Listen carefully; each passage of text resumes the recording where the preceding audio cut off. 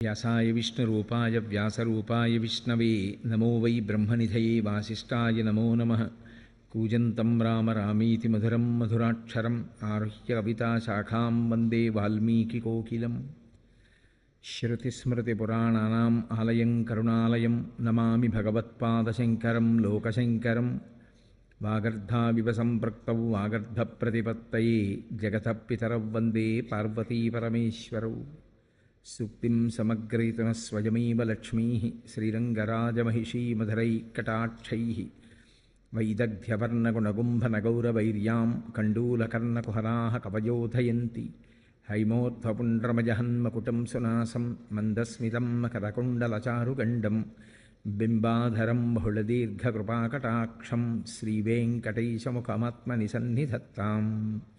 विमलपटी कमलकुटी पुस्तकरुद्राक्षशस्तहस्रपुटी कामाक्षी पक्ष्मलाक्षी कलितविपञ्ची विभासि वैरिञ्ची। मनोजवं मरुततुल्यवेगं जितेन्द्रियं बुद्धिमतां वरिष्ठं वातात्मजं वनरयूथमुख्यं श्रीरामदूतं शिरसा नमामि। आपदामपहर्तारं दातारं सर्वसम्पदां लोकाभिरामं श्रीरामं भूयो भूयो नमाम्यहम्। हरिः ओम्। శివ సందర్శన విధి అని మనకు ఒక ప్రత్యేకమైన పాఠం. శైవాగమమునందు శివ సందర్శన విధి అంటారు. అది శివ లింగ అని రెండు స్వరూపములు. శివ అంటే మంగళం, భద్రం, శోభనం, కళ్యాణం, క్షేమం అంతా మీకు మంగళప్రదమైనటువంటివి కటాక్షించగలిగినటువంటి శక్తి స్వరూపమునకు శివ అని పేరు. అందుకే శివునకు అమంగళమునకు సంబంధం ఉండదు. అసలు ఆయన ఎన్నడూ అమంగళము చేయువాడు కాడు. ఎప్పుడూ మంగళం చేసేవాడెవరో, ఎప్పుడూ భద్రాన్ని చేకూర్చేవాడెవరో, ఎవరి అనుగ్రహం చేత శుభ పరంపర మనకి కలుగుతుందో అటువంటి మహానుభావుణ్ణి శివ అని సంకేతిస్తాం. శివునకు ఒక రూపము కాదు, యథార్థమునకు అసలు పరమేశ్వరుడికి ఒక రూపం ఉంటే కదూ. ఆయన చేసినటువంటి చేష్టితముల వలన భక్తులను అనుగ్రహించాలనేటటువంటి ఆయన యొక్క కారుణ్య తీవ్రత వలన ఆయన అనేక రూపములను ధరిస్తాడు. అందుకని లీలారూపములు అని పిలుస్తారు. అవి 63 లీలారూపములు ఉన్నాయి పరమశివుడికి. 63 లీలారూపములలో అత్యంత శ్లాఘనీయమైనగా ప్రస్తుతి చేయబడేటటువంటి స్వరూపం, మనకి ఎప్పుడూ మనం దర్శనం చేసేటటువంటి స్వరూపం, ఒక చేతిలో త్రిశూలం పట్టుకుని ఒక చేతిలో ఢమరుకాన్ని పట్టుకుని ఉంటాడు. నటరాజస్వరూపంగా ఢమరుకాన్ని పట్టుకుంటాడు, ఒక్కొక్కచో శివస్వరూపంగా ఢమరుకాన్ని పట్టుకుంటాడు. ప్రధానంగా శివుడు అనేటప్పటికి పట్టుకునేది త్రిశూలం. త్రిశూలం పట్టుకుని నిలబడ్డాడు అంటే అది శివ. త్రిశూలము అంటే లోకంలో ఉన్న నానుడు ఏమిటంటే అది పెట్టి పొడిచి చంపేస్తుంటాడు ఆయనని. అందుకొరకు కాదు ఆయనకు ఆయుధం. అది త్రైగుణ్యం శూలమేతస్య పరసు సత్యనిష్టత అని లింగపురాణం వ్యాఖ్య. త్రైగుణ్యం శూలమేతస్య, 3 గుణములు ఆయన చేతిలో యందు ఉంటాయి. ఆ 3 గుణములే పైన ఉన్నటువంటి 3 పైకి పొడుచుకుని వచ్చినటువంటి శూలస్వరూపములు. ఈ 3 ఒక కర్ర లాంటి దానికి ఆధారభూతమై దాని నుండి పైకి ప్రసరిస్తాయి కొమ్ముల్లా. దండంలా ఉండేటటువంటిది ఏది ఉందో అది నిర్గుణ స్థితి. అసలు ఏ గుణము లేనటువంటి స్థితి పరమేశ్వరుడిది. అందులో నుండి 3 గుణములను ప్రసరింపచేయగలిగినటువంటి శక్తి స్వరూపుడు కూడా ఆయనే. అది చెప్పడానికి ఆయన త్రిశూలం పట్టుకుంటాడు. సాధారణంగా మీకు శివాలయం అంటే ఎక్కడ శివస్వరూపము ప్రకటనముగా ఒక రూపంతో కరచరణాదులతో ఉండదు. శివాలయం అంటే అది శివలింగాలయం అని గుర్తు. లింగస్వరూపమే ఉంటుంది శివాలయంలో. ఆ లింగస్వరూపమునకు ఒక రూపము లేదు. లింగము ఇలాగే ఉండాలి అని నిర్ణయం ఏం లేదు. చిన్న లింగం ఉంటుంది, పెద్ద లింగం ఉంటుంది, చాలా పెద్ద లింగం ఉంటుంది, వివిధ పదార్థములతో చేయబడినటువంటి శివలింగాలు ఉంటాయి.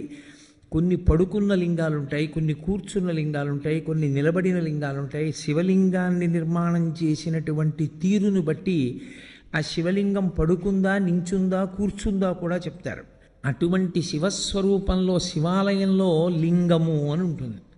అసలు ఆ లింగము అన్న మాటకు అర్థమేమి అన్నది సక్రమంగా అర్థమైతే శివాలయానికి అసలు మనం ఎందుకు వెళ్ళాలి, ఎందుకు దర్శనం చెయ్యాలి, దర్శనం చేసి మనం పొందేటటువంటి ప్రయోజనం ఏమిటి అన్న దాని మీద ఒక అవగాహన ఏర్పడుతుంది.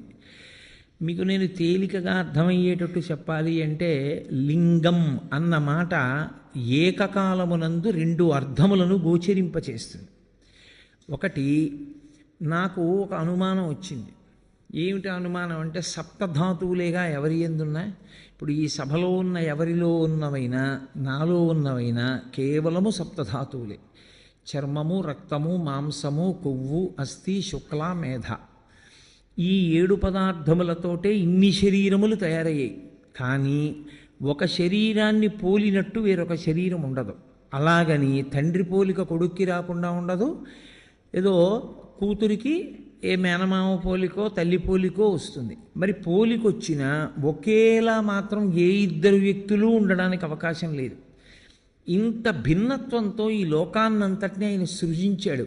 విశ్వము యొక్క మాట పక్కన పెట్టండి, అసలు ప్రపంచం యొక్క మాట పక్కన పెట్టండి, ఒకే వ్యక్తినే తయారు చేస్తున్నాడు ఆయన. మనుష్యుణ్ణి తయారు చేస్తున్నాడు. అందరికీ 2 కళ్ళు పెట్టాలి, అందరికీ ఒక ముక్కు పెట్టి 2 కన్నాలు పెట్టాలి, అందరికీ 2 చెవులు పెట్టాలి, అందరికీ నోరు పెట్టాలి, అందరికీ నుదురు పెట్టాలి, జుట్టు ఉంచాలి. కానీ 1,00,00,000 మంది వ్యక్తుల్ని ఏకకాలంలో చూసినా ఒక వ్యక్తిలా వేరొక వ్యక్తి ఉండకూడదు.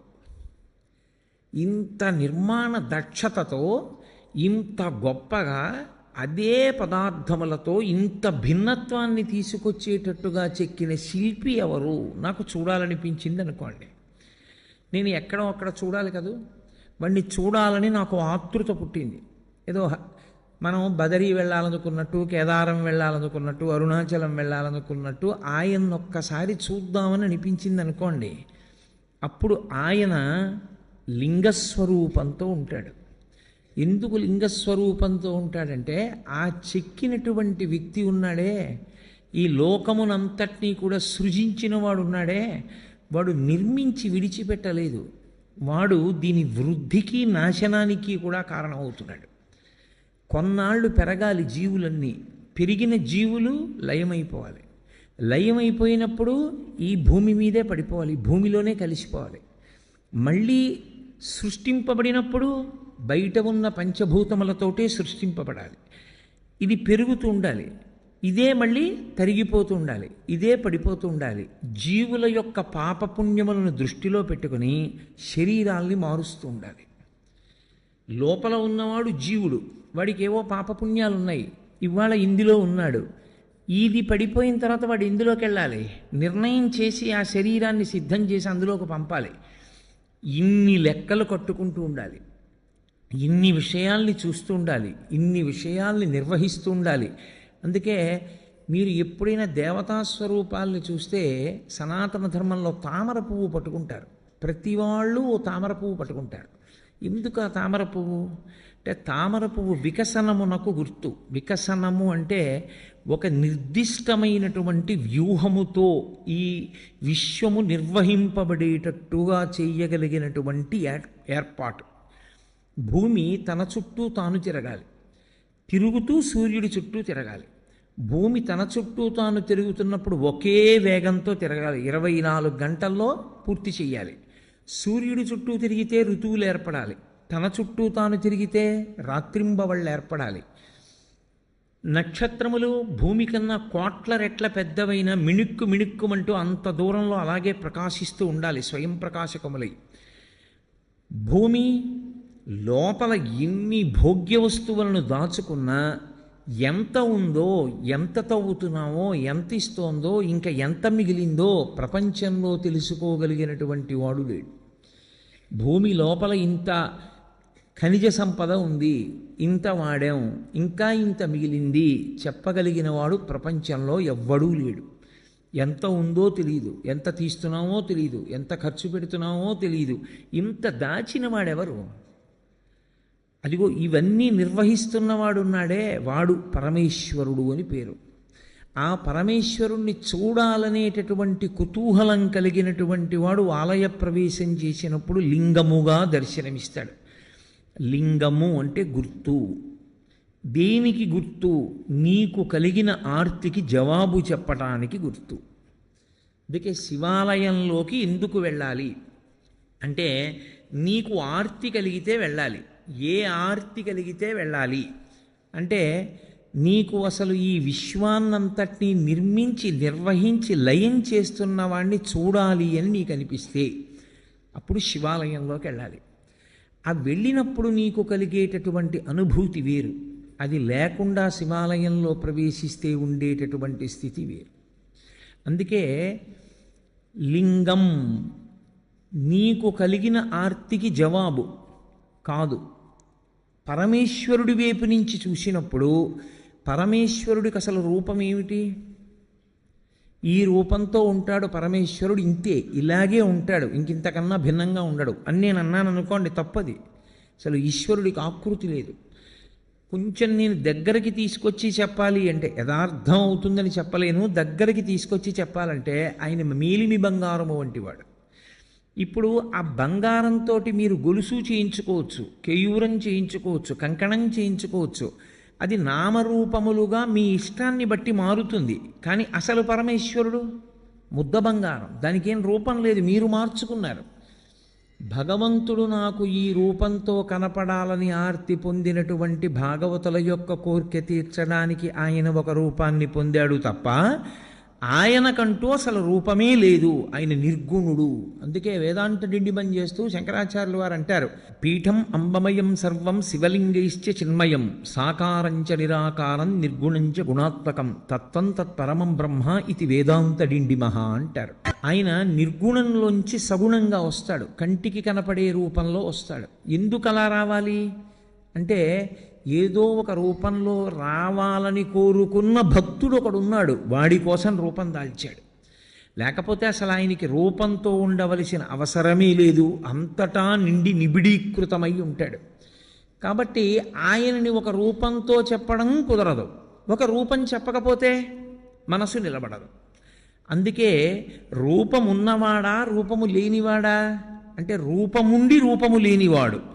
ఉంది, శివలింగం ఉంది, కానీ దానికి రూపం ఉందా? రూపం లేదు. అందుకే శివలింగానికి వేదాంతంలో అరూపరూపి అని పేరు. రూపమున్నది, రూపము లేనిది. ఇలా ఓ ఆకారం కనపడుతోంది, కానీ దానికి కాళ్ళ, చేతుల, ముఖమా? ఏమి లేవు. కాబట్టి అది అరూపరూపి. ఇప్పుడు ఆ శివలింగము ఒక గుర్తు.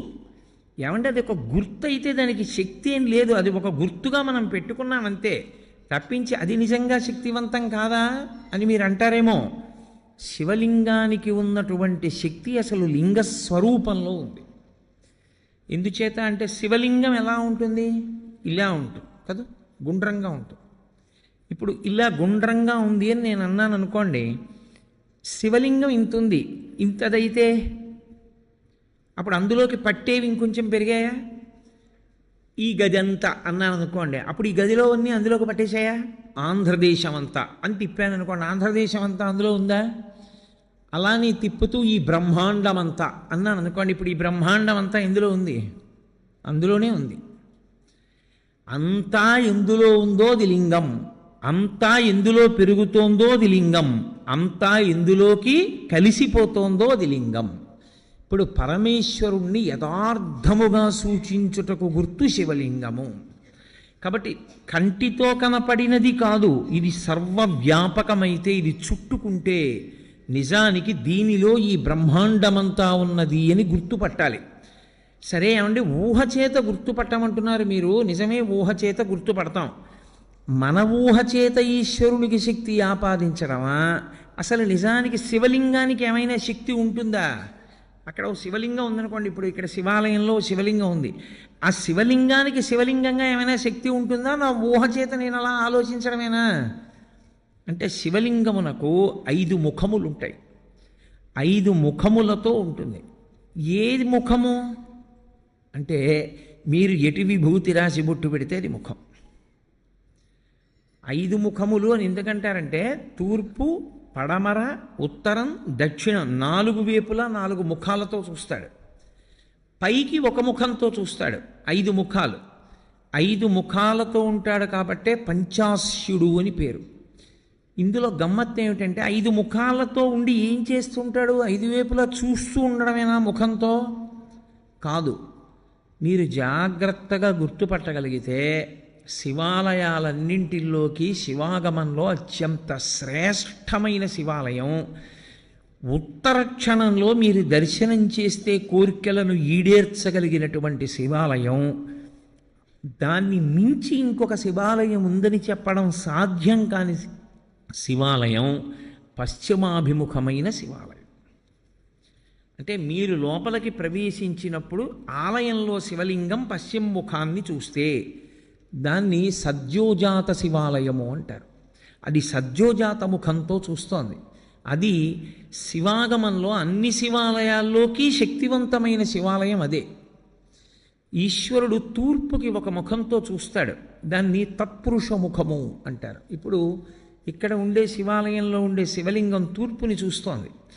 తూర్పుని చూస్తోంది అంటే దాని ఉద్దేశ్యం ఏంటంటే, మీరు లోపలికి వెడుతున్నప్పుడు దేవాలయం కట్టినప్పుడు రాజద్వారానికి ఎదురుగుండా దాని ముఖం తూర్పు వైపుకుంటుంది. తత్పురుషము అంటారు. ఈ తత్పురుషం వైపు చూసేటటువంటి ముఖం, తత్పురుషమని పేరున్న ముఖం తూర్పుకి చూస్తే అది తిరోధానాన్ని చేస్తుంటుంది. తిరోధానము అన్న మాటకు అర్థం ఏంటంటే చీకటిలో ఉంచుతూ ఉంటాడు. ఆ ముఖంతో తెలియనివ్వడు. మాయాస్వరూపుడై లోకమునకు జ్ఞానము లేకుండా చెయ్యగలిగినటువంటి ముఖమునకు తత్పురుష ముఖమని పేరు. అది మాయ కమ్మిస్తూ ఉంటుంది అందరి మీద. ఒక శివాలయంలో ప్రదక్షిణానికి మీరు వెళ్ళినప్పుడు మిగిలినటువంటి ఆలయాల్లో ఎలా ప్రదక్షిణం చేస్తారో అలా చెయ్యడాన్ని అంగీకరించదు శైవాగమం. అసలు దక్షిణం అన్న మాట ఎక్కడి నుంచి వచ్చింది అని అడిగారు. మనుష్యుడు తూర్పు దిక్కుకి తిరిగి కూర్చుంటే ఆయనకి కుడి చేతి వైపుకి ఉన్నది ఏదో అది దక్షిణం. అందుకే దక్షిణ దిశ అంటారు. ఆయన దక్షిణ హస్తంతో ఇచ్చాడండి అంటారు. దక్షిణ దిక్కన్న పేరు ఎందుకు వచ్చిందంటే మనందరం తూర్పుకి తిరిగే కూర్చుంటాం. ఏ కార్యం చేసినా తూర్పుకి తిరిగి కూర్చోండి అంటారు. తూర్పుకు తిరిగి కూర్చున్నటువంటి వ్యక్తికి కుడి చేతి వైపుకి వస్తుంది కాబట్టి ఆ దిక్కుకి దక్షిణ దిక్కని పేరు. ఇప్పుడు మీరు తూర్పు ముఖంగా ఉన్న శివాలయంలోకి ప్రవేశించి నమస్కారం చేస్తే గృహస్థు ఒకలా ప్రదక్షిణం చెయ్యాలి, బ్రహ్మచారి ఒకలా ప్రదక్షిణం చెయ్యాలి, సన్యాసి ఒకలా ప్రదక్షిణం చెయ్యాలి. ముగ్గురు శివాలయానికి ఒకలా ప్రదక్షిణం చేయడానికి వీల్లేదు. గృహస్థు సవ్యాపసవ్యం చెయ్యాలి, బ్రహ్మచారి పూర్ణ ప్రదక్షిణం చెయ్యాలి, సన్యాసి అపసవ్య సవ్యం చెయ్యాలి. సవ్యాపసవ్యము అంటే గృహస్థ అయితే ఎడంచేతి పక్క నుండి తిరగాలి. ఎంతవరకు తిరగాలి? సోమసూత్రము కనపడే పర్యంతమే తిరగాలి. సోమసూత్రం అంటే శివాలయంలో అభిషేకం చేసిన తీర్థం బయటికి వెళ్ళిపోయేటటువంటి మార్గం. ఆ మార్గం కనపడుతోందనుకోండి, అభిషేక తీర్థం వెళ్ళడం కనపడుతోందనుకోండి, ఇక దాన్ని దాటకూడదు. గృహస్థు అక్కడ వరకే వెళ్ళి వెనక్కి తిరిగిపోవాలి. ఎక్కడ వరకు మళ్ళీ వెనక్కి తిరగాలి అంటే చండీశ్వర స్థానం వరకు తిరగాలి. చండీశ్వర స్థానం వరకు వెనక్కి వచ్చి మళ్ళీ వెనక్కి తిరిగి శివాలయంలోకి వెళ్ళాలి. అది గృహస్థు ప్రదక్షిణ. బ్రహ్మచారి అయితే ఇప్పుడు నేను నా కొడుకు కలిసి శివాలయంలోకి వెళ్ళాము. సోమసూత్రం పైకుంది. నేను ఈ గుళ్ళోకే వచ్చాను అనుకోండి, కాసేపు తూర్పు ముఖంగా ఉన్న ఆలయానికి నమస్కారం చేసి ఎడం వైపు నుంచి వెళ్ళి ఎడమవైపు నుంచి నేను గుడికి ఇలా తిరిగాను. ఎడం వైపుకి గుడి ఎటుంటుంది? నా కుడి భుజం వైపుకుంటుంది. అంటే పూజనీయమైనవి కుడి భుజం వైపుకి ఉంచి ప్రయాణం ప్రారంభిస్తే ప్రదక్షిణం చేశాడంటారు. కుడి భుజం వైపుకు ఉంచి తిరుగుతున్నాను. చండీశ్వరుడి సోమసూత్రం వరకు వచ్చాను. బయటకుంది సోమసూత్రం, కప్పేసి లేదు, పైకి ఉందనుకోండి, నేను ఇక దాటకూడదు. గృహస్థుని, నాకు వివాహం అయిపోయింది. అప్పుడు నేను వెనక్కి వెళ్ళిపోవాలి. వెనక్కి వెళ్ళి మళ్ళీ తిరిగి చండీశ్వర స్థానం దగ్గరికి రావాలి. నా కొడుకు వాడు బ్రహ్మచారి, వాడికి పెళ్ళవలేదు ఇంకా, వాడు సోమసూత్రం దాటచ్చు. వాడు సోమసూత్రం దాటి గుండ్రంగా తిరిగి శివుడికి ఎదురుగుండా వస్తాడు. నేను సోమసూత్రం దాకా వెళ్ళి వెనక్కి వెళ్ళి చండీశ్వరుణ్ణి చూసి చండీశ్వరుడి దగ్గర నుంచి మళ్ళీ తిరిగి శివలింగం దగ్గరికి వస్తాను.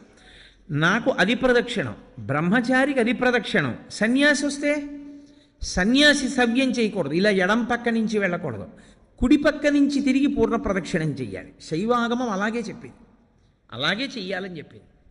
కాబట్టి శివాలయంలో ప్రదక్షిణము అందరికీ ఒక్కలా ఉండదు. శివాలయంలో ప్రదక్షిణం చేసేటప్పుడు పదఘట్టన వినపడకూడదు.